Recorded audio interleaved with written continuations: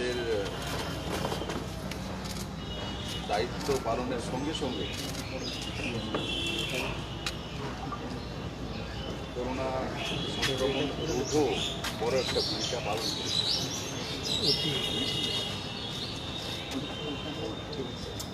আমি মাঝে মাঝে বলি যে সোশ্যাল ডিস্টেন্সিং আপনারা মেনটেন করুন, আশপাশে সব একটা হয়ে যায়। কারণ আমার সাংবাদিক বন্ধুদের স্যাম্পল নেওয়ারও একটু ব্যবস্থা করা হয়েছিল। উপরবেলার অসীম কৃপা যে আমাদের সাংবাদিক বন্ধুদের মধ্যে কাউদেরই সেই সংক্রমণ পরাজিত করতে পারে। আমি আশা করি আগামী দিনগুলিতেও আপনারা আপনাদের পরিবারকে নিয়ে সুস্থ থাকবেন, ভালো থাকবেন, এবং যে দায়িত্বটা আপনারা নিয়েছেন সেই দায়িত্বটাও সুন্দরভাবে পালন করবেন। বন্ধুরা, নরেন্দ্র মোদী সরকারের 2019-এ বিপুল জয়ের পর 1 বছর পূর্তি হয়েছে গত 30 তারিখ।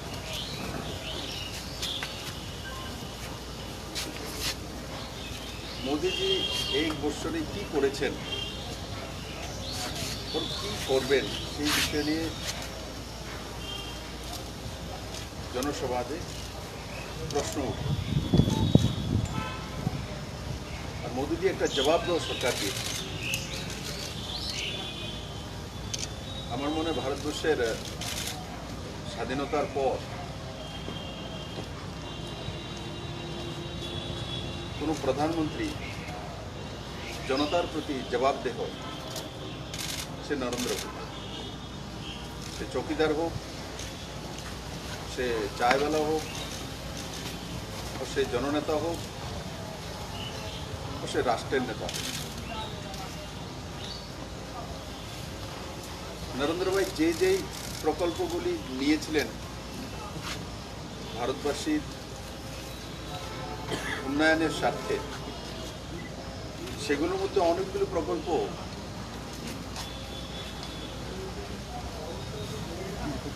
সমাপ্ত হয়ে গেছে। যেমন আপনাদের সামনে একটা তুলে ধরব, স্বচ্ছ ভারত। 2014-তে নরেন্দ্র মোদী প্রধানমন্ত্রী হওয়ার পর ওনার অনেক প্রকল্প ছিল, তার মধ্যে একটা বড় প্রকল্প ছিল স্বচ্ছ ভারত। ও সেটা ছোট শিশু থেকে নিয়ে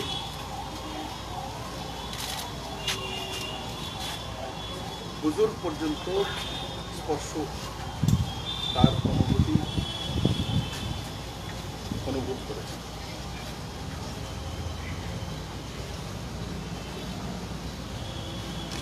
আজকে করোনা সংক্রমণ যখন সারা পৃথিবীকে আঁকড়ে ধরেছে, আমরা কি বলতে পারবো না যে নরেন্দ্র মোদী 2014-তে আসার পর স্বচ্ছ ভারতের যে অভিযান চালু করেছিলেন, সেটা কি একটা বড় দিক নয়? যে 130 কোটি ভারতবাসীর দেশ, সোশ্যাল ডিস্টেন্সিং, 2 গজ দূরে থাকা, মাস্ক পরা, এটা তো করোনার সময় এসছে। কিন্তু নরেন্দ্র মোদী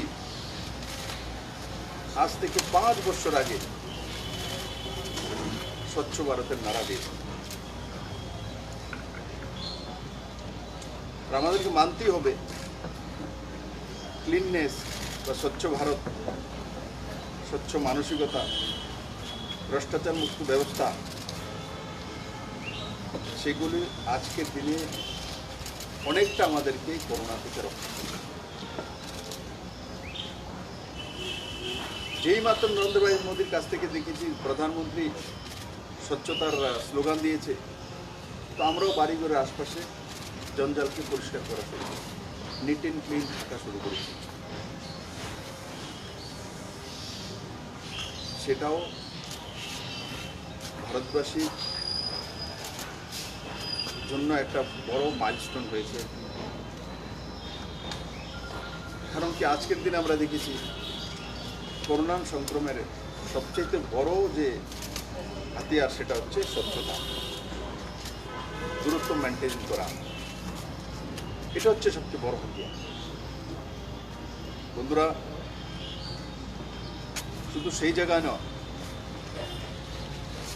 কেউ কোনোদিন কল্পনা করেনি ভারতবাসী কোনো রাজনৈতিক দল নয়, সবাই রুটি ছেঁকছিল। বাবরি মসজিদ, রাম মন্দির, জাতি দাঙ্গা, ভারতবর্ষে বহু মানুষের প্রাণ গেছে। কেউ কোনোদিন কল্পনাও করেনি যে নরেন্দ্র ভাই মোদী আপিল করবে और सुप्रीम कोर्ट राय देवे और देशेर प्रधानमंत्री बोलबे जे सुप्रीम कोर्ट যাই রায় দেবে ভারতবাসী সেটা মাথা পেতে মেনে নেবে। কেউ কল্পনা করেনি, সেটাও এই ভারতবর্ষ হয়েছে।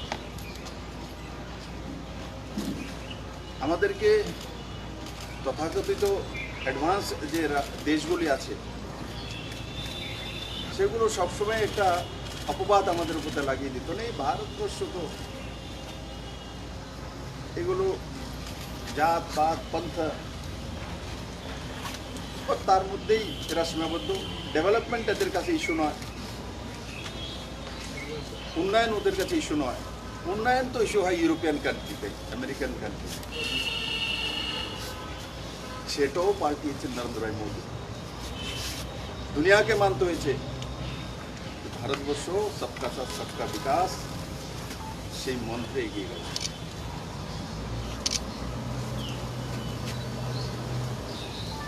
নরেন্দ্র ভাই মোদীর আপিলেই উত্তরপ্রদেশের মতো জাতি বিদ্বেষী ভাবধারা বিভিন্ন রাজনৈতিক দল এস্টাবলিশ ছিল, সেগুলোকে পরাজিত করে ল্যান্ডস্লাইডিং মেজরিটি নরেন্দ্র ভাই মোদী যেই পার্টিতে রয়েছে সেই পার্টি কার্যকর্তাকে জড়িত। এগুলো আমি তার জন্য আপনাকে বলছি, এগুলো প্রমাণিত করে যে ভারতবর্ষ অনেক এগিয়ে গেছে। যারা ভারতবর্ষকে পিছিয়ে নিতে যায়, পুরনো স্লোগান, পুরনো মানসিকতা, তো সেগুলোকে আঁকড়ে ধরতে চায়। মোদী ইতিহাস, বুজুর্গ, তাদের কাছ থেকে শিক্ষা নিয়ে ভারতকে এগিয়ে নিতে চায়। ডিজিটালাইজেশন কেউ কল্পনা করেছিল যে এটা ভারতবর্ষে সম্ভব? মোদী করে দিতেছে। আজকে করোনা সংক্রমণের সময় যখন জনতার কারফিউ হচ্ছিল, যখন লোক ঘর থেকে বেরোচ্ছিল, বেরোনোর কোনো উপায় নেই, তখনও আমাদের অ্যাকাউন্টে নরেন্দ্র মোদী দ্বারা যে প্যাকেজ দেওয়া হচ্ছিল তার সুফল আমরা ডিজিটালাইজেশনের কারণে পাচ্ছি।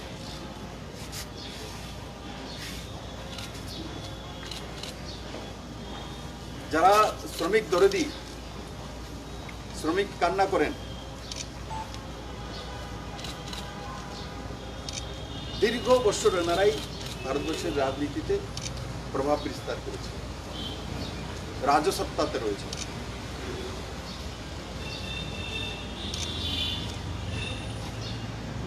কোন শ্রমিকের জন্য জনধন অ্যাকাউন্ট কি এরা করতে পেরেছে?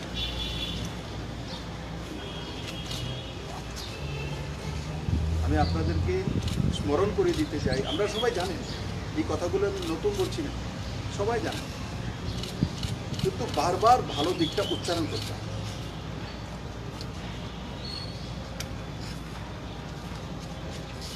বারবার উচ্চারণ করতে হবে, তাতে পজিটিভ ভাইব্রেশন যায় সোসাইটি। जी तो पॉजिटिव वाइब्रेशन।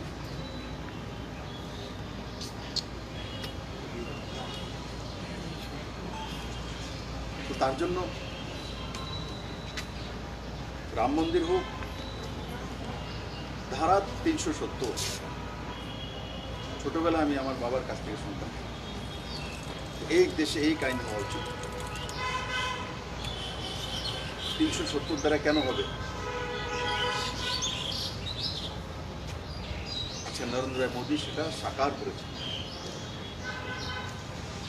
ওনাকে জিগির তুলেছিলেন যে 370 দ্বারা যদি কাশ্মীর থেকে উঠানো হয়, আর্টিকেল 35A যদি উঠানো হয়, তাহলে দেশের মধ্যে ইন্টারন্যাশনাল, দেশ নয় ইন্টারন্যাশনাল যুদ্ধ হয়ে যাবে। আমি শুনেছি।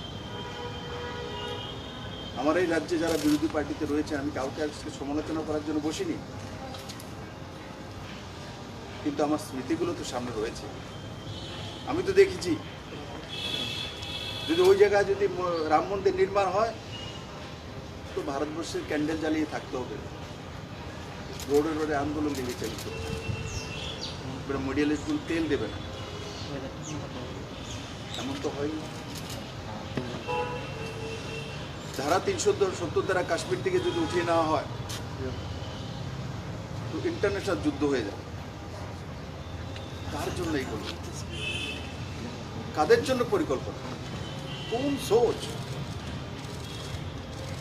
রাষ্ট্র বিরোধী মানসিকতা। কোথায় আমার সাংবাদিক বন্ধুরা আপনার বলুন তো? 370 কাশ্মীর থেকে বিলুপ্তি হয়ে গেছে, আর্টিকেল 35 বিলুপ্তি হয়ে গেছে, 2 আলাদা আলাদা কেন্দ্রশাসিত রাজ্য হয়ে গেছে। ওই তার কোনো প্রভাব তো না ভারতবর্ষে রয়েছে না তার বাইরে রয়েছে, বরং সমস্ত ভারতবাসী স্বাগত করেছে। রাজ্যসভা লোকসভাতে প্রমাণিত। আয়ুষ্মান ভারত যোজনা, মায়াকান্না কাদা, গরিবদের জন্য স্বাস্থ্যের ব্যবস্থা করতে হবে। রুটি কাপড়া মকান, কার স্লোগান আমি বলবো না। আর তার সঙ্গে স্বাস্থ্য, হেলথ। নরেন্দ্র ভাই পুরো দুনিয়ার সবচেয়ে বড় হেলথ স্কিম ভারতবর্ষে লাগু করেছে। আমাদের কাছে গর্ব ছিল, ইউরোপিয়ান দেশে যদি জন্ম হতো, তাহলে সরকারই আমাদের স্বাস্থ্যের সুরক্ষার ব্যবস্থা করতো, ইন্স্যুরেন্স হবে। আমাদের গল্প শুনতাম। কেউ ভারতবর্ষ থেকে এনআরআই চলে গেছে ওখানে, ওরা আমাদের তো চিন্তা করতে না, গভর্নমেন্ট আমাদের জন্য হেলথ কেয়ার সিস্টেম বানিয়ে রেখেছে, ইন্স্যুরেন্স করেছে। আমি বিপ্লবদের কোনোদিন কল্পনাও করিনি যে ভারতবর্ষ সেটা হতে পারে, যে আমি জীবিত দেখে যাব যে ভারত সরকারও ইন্স্যুরেন্স তৈরি করে দেবে গরিবদের। 1 কোটি ভারতবাসী তার লাভবান হচ্ছে, 1 কোটি পরিবার। ত্রিপুরা তো বড় মাত্রা, ত্রিপুরাতে 75% জনগণ আয়ুষ্মান ভারতের কার্ড রয়েছে। মানুষ বড় মাত্রা লাভান্বিত হয়েছে। 5 লাখ টাকার ইন্স্যুরেন্স।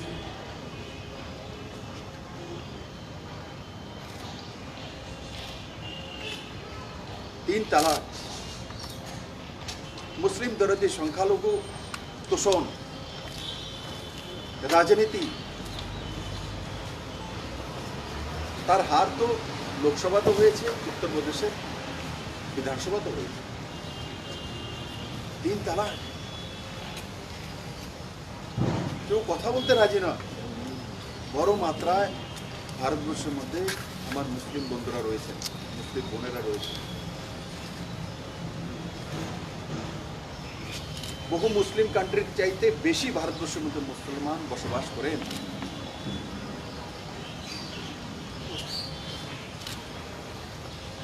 অথচ এই দেশের মধ্যে 3 তালাক নামে এক অভিশাপ বিরাজ করছে। কেউ হাত লাগে, হাত চলে যাবে, ভোট চলে যাবে।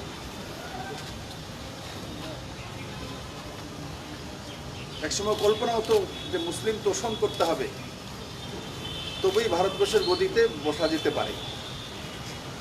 নরেন্দ্র ভাই মোদী সেই কল্পনাও চেঞ্জ করে দিয়েছে। হিন্দু, মুসলিম, খ্রিস্টান, বৌদ্ধ, জৈন সবাইকে এক জায়গায় নিয়ে এসে বলছেন সবকা সাথ। তার পরিণাম 2019-এর ইলেকশন আমরা দেখেছি। বন্ধুরা, 3 তালাকের জন্য যে ঐতিহাসিক কদম নরেন্দ্র ভাই মোদী উঠিয়েছিলেন, সেটা ভুলার নয়। আমাদেরকে বারবার সেগুলো স্মরণ করিয়ে দিতে হবে। হয় কি আমাদের একটা স্বভাব, ভালো কিছু হয়ে গেলে তো এক দুদিন ভাল লাগে, সব কিছু ঠিক আছে হয়েছে, তারপর আমরা আলোচনা সমালোচনা ব্যস্ত হয়ে পড়ি।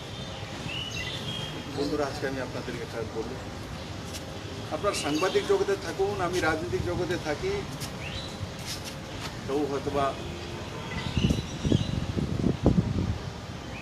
কোনো সোশ্যাল কাজে থাকবেন বা নিজের কোনো কমার্শিয়াল কাজকর্মের মধ্যে থাকবেন, সব জায়গায় একটা জিনিস সত্য, সেটা হচ্ছে পজিটিভ ভাইব্রেশনই আপনাকে সাকসেস করবে। পজিটিভ যে কোনো জায়গায়, যে কোনো ক্ষেত্রে। আমি দেখেছি অনেকে রাজনীতিবিদ আছে, রাষ্ট্রীয় স্তরে আছে, প্রদেশ স্তরে আছে, গ্রামীণ স্তরে আছে,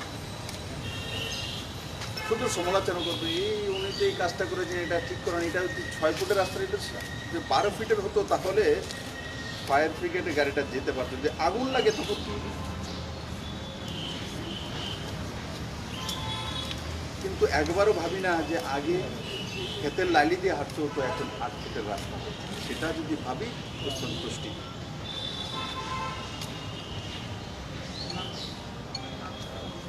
तो नरेंद्र भाई मोदी एक पर एक योजना, प्रधानमंत्री किसान सम्मान निधि, कोरोनार समय टेर पेয়েছি। আজকে আমি যাব, আমি যখন গ্রামে গিয়ে জিজ্ঞাসা করে পঞ্চায়েতে কিষাণ সম্মান নিধির টাকা পেয়েছেন, হ্যাঁ স্যার পেয়েছি, এপ্রিলে 2000 টাকা এক্সট্রা এসেছে।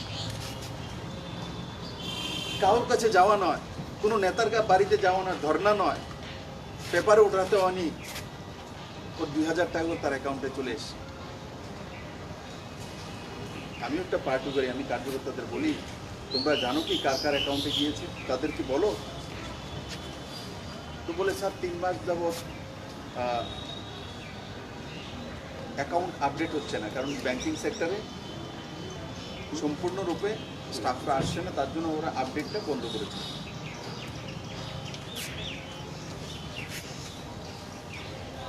কিন্তু অ্যাকাউন্টে টাকা আসছে।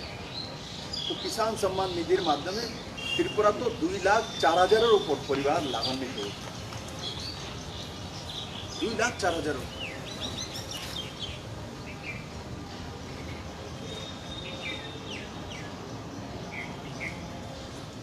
14 বছরের নিচে যদি কোনো শিশুকে বলাৎকার বা এই ধরনের কারণে হত্যা করা হয় বা বলাৎকার করা হয়, তার জন্য মৃত্যুদণ্ড।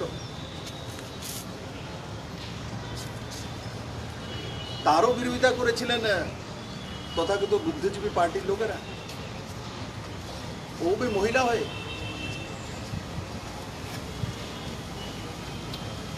কিন্তু মোদি আলোচনা সমালোচনা সবার ঊর্ধ্বে ওঠে, সেটাকে লাগু করেছিল। 3 সেনা প্রধানের উপরে চিফ অফ ডিফেন্স। আগে কোনো কিছু হলে 3 জনকে ডাকতে হবে, প্রধানমন্ত্রীকে বুঝতে হবে। এখন এই 3 জনকে ডেকে কাজ করার দায়িত্ব একজনকে দেওয়া। কেন? কম সময়ে যাতে সিদ্ধান্ত নেওয়া যেতে পারে, কম সময়।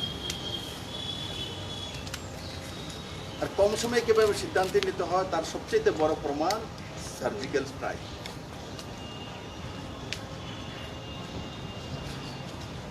চায়না ভারত আক্রমণ করেছে 62-তে, তো ভারত কি করবে তার মিটিং করতে করতে চায়না অর্ধেক ডুবে গেছে। আর এখন এমন সিদ্ধান্ত নরেন্দ্র মোদী যে পাকিস্তান বা যারা ভারতের দিকে কুদৃষ্টিতে তাকায়, ওনারা চিন্তা করার আগে ভারতীয় সেনাবাহিনী সার্জিক্যাল স্ট্রাইক করে আবার নিজ ভূমিতে চলে আসে। এটা হচ্ছে নরেন্দ্র ভাই মোদী। বিদেশ নীতিতে পারদর্শী সফলতা।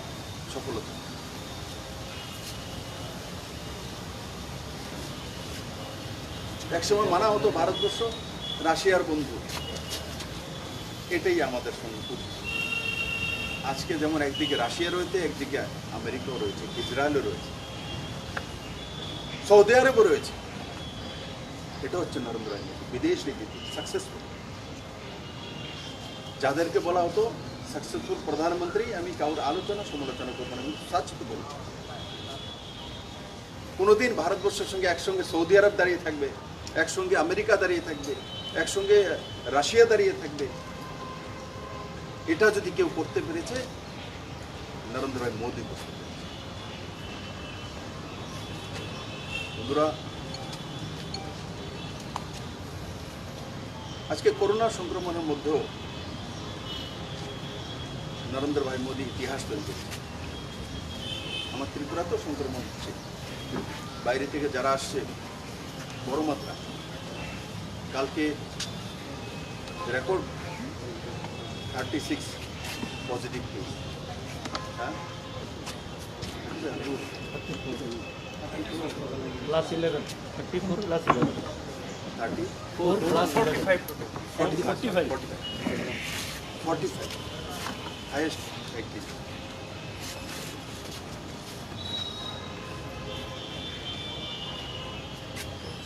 নরেন্দ্র ভাই মোদী বারবার বলছেন সোশ্যাল ডিস্টেন্সিং মেনটেন করা, সমস্ত জায়গায় আপিল করেছেন।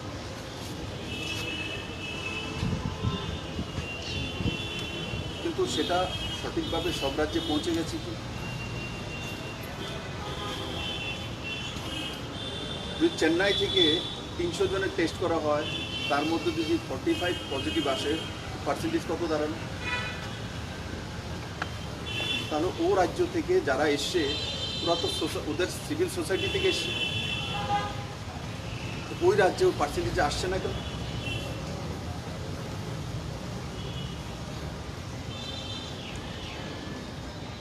আমি আপনাদের বলবো এগুলো তুলে ধরার জন্য,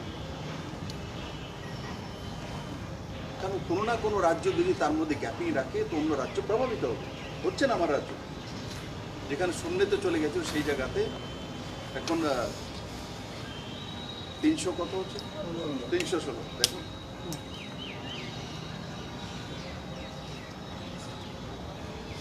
এখন চেন্নাই থেকে যারা আসছে ওরা তো ওখানে সিভিল সোসাইটিতে ছিল, ওখানেই পার্সেন্টেজটা কেন আসছে না? এই বিষয়গুলো আপনাদেরকে তুলে ধরা উচিত। আর নরেন্দ্র ভাই মোদী যেই যেই নিয়ম নীতিগুলো লাগু করেছেন সেগুলো কঠোরতার সঙ্গে পালন করা উচিত। বন্ধুরা,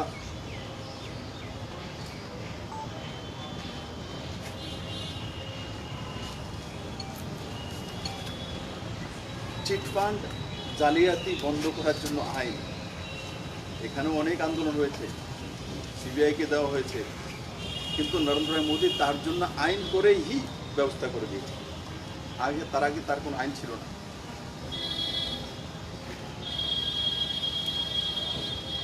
তো এই ধরনের বহু প্রকল্প নরেন্দ্র ভাই মোদী করেছেন। গরিবদের জন্য যে মনরেগার যোজনা, তার মধ্যে বাজেট বরাদ্দ বাড়ানো, রেলওয়ে ট্র্যাক স্বাধীনতার পর হাইয়েস্ট রেলওয়ে ট্র্যাক তৈরি করা, ইলেকট্রিফিকেশন হাইয়েস্ট তৈরি করা, নর্থ ইস্টকে রেলওয়ের সঙ্গে যুক্ত করা,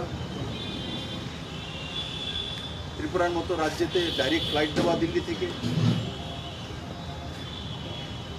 ত্রিপুরার জন্য নদী বন্দর খোলার ব্যবস্থা করা, চিটাগাং বন্দরগাহ খোলার ব্যবস্থা এসওপি তৈরি করা, এগুলো ঐতিহাসিক পদক্ষেপ। কুল মিলিয়ে নরেন্দ্র ভাই মোদীর যে 1 বছরের কার্যকাল, সেই কার্যকালের পুরো বিষয়বস্তুতে আমি উঠাতে যাই অনেক সময় লাগবে। আমি শুধু আজকের দিনে আপনাদের কাছে তার জন্যই বসেছি যে আপনারা যখনই কোনো নিউজ তৈরি করেন তো কিছুদিন পর পর মোদির এই ভালো দিকগুলো তুলে ধরা, যে স্বচ্ছ ভারতের সঙ্গে আজকে করোনার যে সংক্রমণ তার জিতার একটা মন্ত্র নরেন্দ্র ভাই মোদী 2014-তে প্রধানমন্ত্রী হওয়ার শুরু করে দিয়েছে। তার জন্য বোঝা যায় আমাদের দেশের বাগডোর যার হাতে আছে উনি দূরদর্শী প্রধানমন্ত্রী। এবার যখন প্রধানমন্ত্রী হয়েছেন ওনার সবচেয়ে বড় যোজনা কি? আমি আশা করি আমি যদি সাংবাদিক হই, আমি যদি জিজ্ঞাসা করলাম যে বলুন তো প্রধানমন্ত্রী 1 বছর তো হয়ে গেছে, ওনার প্রধানমন্ত্রী দ্বিতীয়বার হওয়ার পর ওনার সবচেয়ে যে বড় পদক্ষেপটা যেটা উনি টার্গেট করেছেন সেটা কি? 2014 তো স্বচ্ছ ভারত অভিযান নাম্বার 1, 2019 কোনটা বলুন তো দিই আমার বন্ধু, मैं पूछा बताइए, বলুন না ব্রহ্মমশা, আপনারা তো কোশ্চেন করেন আজকাল করেন না, আজকে আমি করলাম, বলুন তো দেখি আপনি। नहीं था, वो होने का आगे शुरू हो गया। कौन बोल रहा है? इससे बोल মোদির সবচেয়ে বড় প্রকল্প হচ্ছে প্রতি ঘরে জল। তার জন্য আমার এখানে তো আমরা আগে শুরু করেছিলাম অটল জল দ্বারা 2018 থেকে ডিসেম্বর থেকে জল জীবন মিশন সবচেয়ে বড় প্রকল্প। আর প্রধানমন্ত্রী হওয়ার পর সমস্ত মুখ্যমন্ত্রীদেরকে নিয়ে এটাই উনি বৈঠক করেছেন যে প্রতি ঘরে জল ঢুকিয়ে দেব 2024 পর্যন্ত। এটা হচ্ছে সবচেয়ে বড় যোজনা। আর 2014-তে সবচেয়ে বড় যোজনা যেটা সাকসেসফুল স্বচ্ছ ভারত। মানুষ মোদীকে উচ্চারণ করে স্বচ্ছ ভারতের জন্য। মোদী যেইমাত্র কাউরাতে ঝাড়ু দেখে, হয়তো কেজরিওয়াল ঝাড়ু নিয়েছিল কিন্তু কাউরাতে ঝাড়ু দেখলে মোদির কথা মনে হয়, কোনো সাফাই কর্মীকে দেখলে মোদির কথা মনে হয়। তো আমি আশা করি বন্ধুরা 2024 সালের মধ্যে নরেন্দ্র মোদী প্রতি ঘরে জল পৌঁছে দেবেন। জলই জীবন, সেই কাজটাও নরেন্দ্র মোদীর দ্বারাই হবে। আমি শুধু আপনাদেরকে অনুরোধ করব যে নরেন্দ্র মোদীর দ্বারা যে প্রকল্পগুলি আছে সময়ে সময়ে সেগুলোকে আর্টিকেল করে মানুষের সামনে রাখা, জাগৃত হওয়া, না হলে নেগেটিভ ভাইব্রেশন মানুষকে আঁকড়ে ধরে। কারণ কি মানুষের একটা স্বভাব থাকে, কেউ যদি একটা চুটকালা বলেছে তো তার পেছনে এর বেশি দিন যাবে না, চুটকালা বলেছে তো একটু দাঁড়িয়ে চুটকালা সকাল থেকে বিকেল পর্যন্ত লোক ভুলে যায়। কিন্তু এই প্রকল্পগুলিকে মানুষের সামনে তুলে ধরা আর তার লাভ যাতে মানুষ পেতে পারে সেদিকে সবাই নিজের কাজ করে। সবাইকে অনেক অনেক ধন্যবাদ। और কিছু প্রশ্ন? একটা হচ্ছে যে লকডাউনের যে ফার্স্ট উইক থেকে ত্রিপুরা রাজ্যে মানে কোনগুলো কীভাবে চলবে এটা কি তো দিয়ে দিয়েছি, ও তো কালকে নোটিফিকেশন চিফ সেক্রেটারি করে দিয়েছি, কালকে করে দিয়েছি। লকডাউন নেই তো মানে আউটকামের জন্য রাস্তা তৈরি হচ্ছে, কীভাবে বেরিয়ে আসবো। তো তাতে বাকি সবগুলো ঠিক আছে। কেন্দ্র সরকার যেই নিয়ম নীতি লাগিয়েছে যে 9টা পর্যন্ত দোকান খোলা থাকতে পারে, 9টা থেকে 5টা পর্যন্ত কারফিউ থাকবে।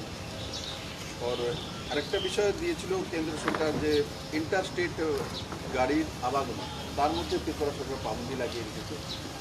সেই জায়গাটা আমরা মডিফাই করেছি। যেটা আগে আমাদের ছিল যে মেডিকেল পারপাসে যারা ট্যুরিস্ট, যারা বিজনেসম্যান বা যারা এসেন্সিয়াল কাজের জন্য আসছেন তাদেরকে অ্যালাউ করবো, এমনিতে ইন্টারস্টেট বাস বা গাড়ি অ্যালাউ করবো না। কারণ কি যারা ত্রিপুরাতে স্ট্যান্ডার্ড পিপুল বাইরে আছে, ত্রিপুরার লোক ওনারা আসছেন, ওদের আগে আমি ব্যবস্থা করে দিই। কারণ আমার কাছে প্রত্যেক রাজ্যের কাছে ব্যবস্থা সীমিত থাকে। তাদেরকে আগে 14 ডেজ কোয়ারেন্টাইন কমপ্লিট হোক, পজিটিভ হোক নেগেটিভ হোক, কোয়ারেন্টাইন তো 14 ডেজ থাকতেই হবে। তো তার জন্য আগে তার সমাধান করে নিই। আর সরকার সিদ্ধান্ত করেছে 2টা মেশিন আমাদের কাছে আছে, আরেকটা মেশিন আসছে। তো আমরা চেষ্টা করছি যারাই বাইরে থেকে আসছে তাদের সম্পূর্ণ হিট টেস্টিং করা। এখন তো 1:5 অনুপাত হচ্ছে, কিন্তু আমাদের কাছে সমস্ত অ্যাড্রেস রয়েছে, এরা হাউস কোয়ারেন্টাইনে বা গ্রামীণ কোয়ারেন্টাইন সেন্টারে রয়েছেন, আমরা চেষ্টা করছি যে সবাইকেই টেস্টিং করার জন্য। সেটা সমাজ এবং সোসাইটির জন্য পজিটিভ দিক হবে। তার জন্য রাজ্য সরকার করছে। যেমন চেন্নাই থেকে ট্রেন এসছে, 3 দিন আগে যে ট্রেন এসছে তার রেজাল্ট কালকে এসছে, কালকে রাত্রে যে ট্রেন এসছে তার রেজাল্ট হয়তো 2 দিন লাগবে, কারণ একসঙ্গে এতগুলো টেস্ট করা সম্ভব নয়। মেশিন আমরা চেয়ে রেখেছি, তো সে আসতে একটা অ্যাপ্রুভাল হয়েছে, তো আসার পর আমরা তার মাত্রা আরও বাড়িয়ে দেবো।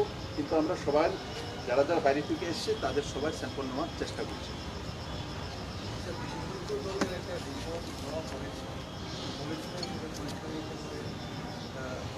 কোনটা কোনটা? হ্যাঁ, এটা কালকে আমি ফাইল সিগনেচার করেছি, এটা পাঠিয়ে দিয়েছে হোম মিনিস্ট্রির কাছে। ওনারা বিএসএফে দেখুন, এটা হোম মিনিস্ট্রির আন্ডারে আছে, সেন্ট্রাল হোম মিনিস্ট্রির আন্ডারে। ওনারা ওনাদের ওইখানকার কমান্ডেন্টকে ট্রান্সফার করেছে, সেটা আমি দেখেছি। ট্রান্সফার করেছেন ওখান থেকে, অন্য কাউকে এনেছেন। বাকি ওদের কমিউনিটিতে এসে যেই অবজারভেশনটা দিয়েছে আমি পাঠিয়ে দিয়েছি। অবজারভেশনে যেটা আমি দেখেছি, অবজারভেশন সেটাই এসছে যে সোশ্যাল ডিস্টেন্সিং বা কোয়ারেন্টাইন সিস্টেমটা মানে, কারণ কি তাদের ট্রাভেল হিস্ট্রি ছিল। যেমন আমরা সিভিল সোসাইটিতে বলে দিয়েছি আপনাদের মাধ্যমে এই মানুষের কাছে পৌঁছে যে যারাই ত্রিপুরার বাইরে গেছেন এরা সবাই কোয়ারেন্টাইনে চলে যান বা বলে দিন। তো অনেক লোক সদিচ্ছায় চলে এসছে, স্যার আমি গুয়াহাটি গিয়েছিলাম, আমি কলকাতায় গিয়েছিলাম, তো আমরা স্যাম্পল নিয়ে নিয়েছি। স্যাম্পল নিয়ে পজিটিভ কেস হয়নি, তো ওদেরকে বাড়িতে পাঠিয়ে দিই। তো সেটা যদি ওখানে ট্রাভেল হিস্ট্রি ছিল, বাইরে থেকে এসছে, আর এসএমএসটা স্বাভাবিক বিভিন্ন জায়গা থেকে আসতেই পারে। ফেব্রুয়ারিতে এসছে, মার্চে এসছে, তো ফেব্রুয়ারি মার্চে যারা ট্রান্সফারে এদিক ওদিকে আসছেন, তো তাদের কোয়ারেন্টাইন করা উচিত ছিল।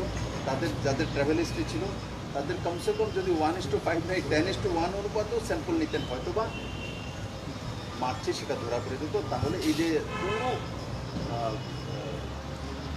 138 ব্যাটালিয়ন আর 86 ব্যাটালিয়ন পুরো ফ্যামিলিকে সঙ্গে করোনা সংক্রমিত হয়ে গেছে, সেটা নিশ্চিত না, এতটা না। আর আমরা রিপোর্ট পাঠিয়ে দিয়েছি কেন্দ্র সরকার এর মধ্যে। নাম আমার খেয়াল নেই, কিন্তু ওইখানে যে 36 ব্যাটালিয়নের যে কমান্ডেন্ট ছিলেন তাকে ট্রান্সফার করে। একটা 138 আর একটা তো 86, 136।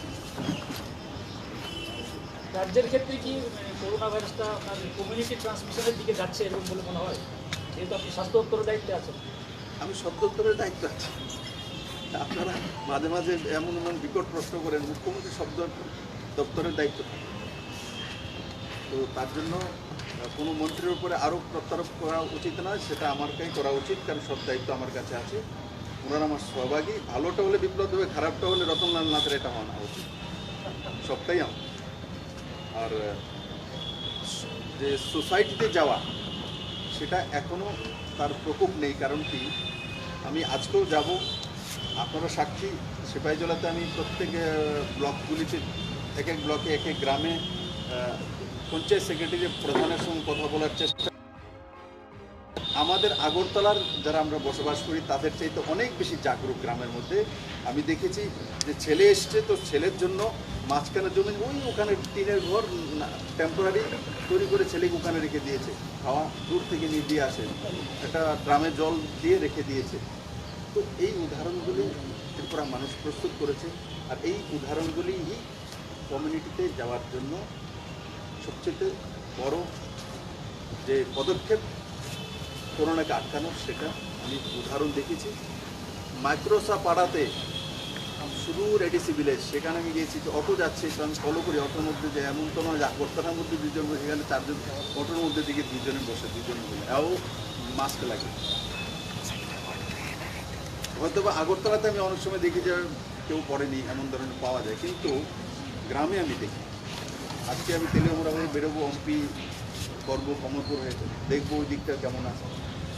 তো আমি আশা করি ত্রিপুরেশ্বর মায়ের আশীর্বাদে ত্রিপুরাতে কমিউনিটিতে ট্রান্সফার হওয়া আজকের দিনে সম্ভব নয়। কারণ গ্রামের মানুষ জাগরুক হয়ে গেছে, গ্রামীণ যে কমিটিগুলো হয়েছে সেগুলো জাগরুক আছে, আর তার কারণে সেটা হওয়া সম্ভব নয়। কারণ আমি কালকেও লক্ষ্য করেছি চেন্নাই থেকে যারা এসছে এদের মধ্যে যখন বড় মাত্রায় এই ধনপুর কাঠালিয়া ব্লক যখন এসছে, তো আমি ওখানকার যারা অধিকার আছে তাদেরকে ফোন করিয়েছিলাম। তো বাড়ির যে গার্জিয়ান ওনারা বাড়িতে রাখতে প্রস্তুত না, বলছে যে স্কুলের যে কোয়ারেন্টাইন সেন্টার ওখানে নিয়ে যান। তো এই যে আমি যেটা বলেছি মায়া মমতা ত্যাগ করে করোনার সঙ্গে কম্প্রোমাইজ না করা, সেটা ত্রিপুরাবাসী শিখে গেছে। আমি আশা করি, আমি একদম জ্যোতিষ না, আমি তো বলতে পারবো না, কিন্তু আমি আশা করি ত্রিপুরাতে সোসাইটিতে সংক্রমণ হবে না, কারণ আমাদের মধ্যে সাবধানতা রয়েছে। ঠিক আছে, মিজোরামের চিফ মিনিস্টার বলেছে ত্রিপুরা গভর্নমেন্টের যে ট্যুর রিলোকেশন প্রোগ্রাম ক্যান্সেল করা হয়েছে। তো how can be say like এবং উনি কীভাবে বলতে পারেন, আর উনি কী কী করেন সেটা তো আমি বলতে পারবো না। ওনার আমি গার্জিয়ানও না, আমি এখানে আপনারা আমাকে দায়িত্ব দিয়েছেন, এখানে কাজ করার সুযোগ পেয়েছি। আমি এতটাই বুঝি আমার রাজ্যে কী করা উচিত সেটা আমার জনতা তয় করেছে, আর আমি আমার রাজ্যের জনতা যা তয় করেছে সেটাই করবো, তার বাইরে কোনো কিছু করবো না। তার বাইরে কিছু করতে গেলে এটা কেন্দ্র সরকারের দায়িত্ব। ফেডারেল সিস্টেমে আমি জানি অন্য রাজ্যের সঙ্গে, এক রাজ্য অন্য রাজ্যের সঙ্গে কী করবে না করবে সেটা কেন্দ্র সরকারের মাধ্যমে হওয়া উচিত, এবং সেটাই স্বাভাবিক। আমি বলতে পারি বয়সে ছোট বা প্রথমবারের মুখ্যমন্ত্রী, কিন্তু আমি যার সঙ্গে কাজ করি মাননীয় প্রধানমন্ত্রী, মাননীয় গৃহমন্ত্রীজি, ওনাদের মার্গদর্শনে কাজ করার চেষ্টা করি। তো ফেডারেল রাজ্যে কী হবে না হবে সেটা আমার রাজ্যে জনতা তয় করবে, আমার রাজ্যের জনপ্রতিনিধিরা তয় করবে। আর যদি অন্য রাজ্যে কী করবো না করবো তার জন্য যদি আমার কোনো মতামত থাকে, সেই মতামত টুইট না করে গৃহমন্ত্রীকে বা প্রধানমন্ত্রীকে জানানো উচিত, সেটাই